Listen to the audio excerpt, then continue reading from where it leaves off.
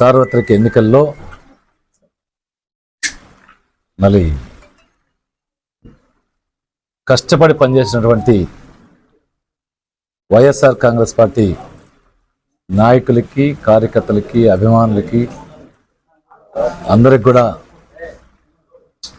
ధన్యవాదాలు తెలియజేసుకుంటా ఉన్నా. నిన్నటి రోజు వచ్చినటువంటి ఫలితాన్ని కూడా, ప్రజలు ఇచ్చిన తీర్పును కూడా మరి స్వాగతిస్తా ఉన్నాం. ఎందుకంటే ప్రజా తీర్పు ఫైనల్. మరి ఆ తీర్పుని మేము కూడా ఒప్పుకోవాల్సిందే. ఆ తీర్పు ప్రకారం, ప్రజా తీర్పు ఏ విధంగా ఉంటుందో ఆ తీర్పు ప్రకారం అందరూ కూడా నడుచుకోవాల్సిందే.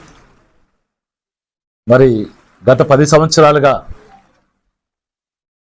సూళ్లూరుపేట నియోజకవర్గ ఎమ్మెల్యేగా నాకు సహకారం అందించినటువంటి ఇదే వైఎస్ఆర్ కాంగ్రెస్ పార్టీ నాయకులకి, కార్యకర్తలకి, అభిమానులకి, ప్రజలకి, 2 సార్లు నన్ను ఎమ్మెల్యేగా గెలిపించిన ప్రజలకి, అధికారులకి, మీడియా మిత్రులకి, అందరికి కూడా మరి మనస్ఫూర్తిగా శిరస్సు వంచి ధన్యవాదాలు తెలియజేస్తా ఉన్నా.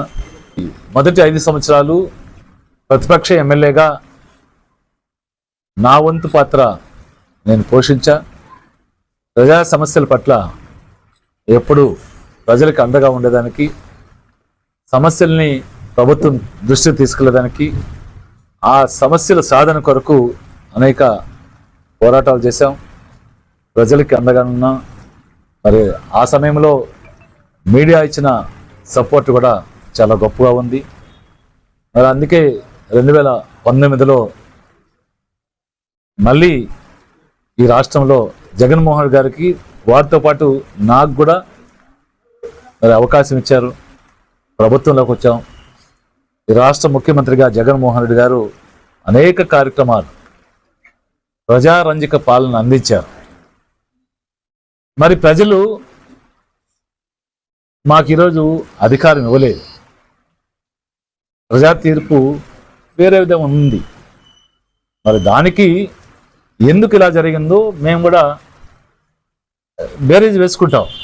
ఎక్కడ పొరపాట్లు జరిగాయి, ఎందుకు ప్రజా తీర్పు వ్యతిరేకంగా ఉంది, ఎన్ని మంచి సంక్షేమ కార్యక్రమాలు ఇచ్చినా, ఎన్ని అభివృద్ధి కార్యక్రమాలు ప్రభుత్వ పాలనకి వ్యతిరేకంగా ఎందుకు వచ్చిందో చర్చించుకోవాలి. పెద్దలు ఉన్నారు, ముఖ్యమంత్రి గారు కావచ్చు, మరి పార్టీలో ఉన్న పెద్దలు కావచ్చు, అందరూ ఒకరోజు కూర్చొని మరి నిర్ణయిస్తారు. ఎక్కడ పొరపాట్లు జరిగినాయో మరి తెలుసుకుంటారు. మళ్ళీ ప్రజల అభిష్టం ప్రకారం పనిచేయడానికి ప్రయత్నిస్తారు.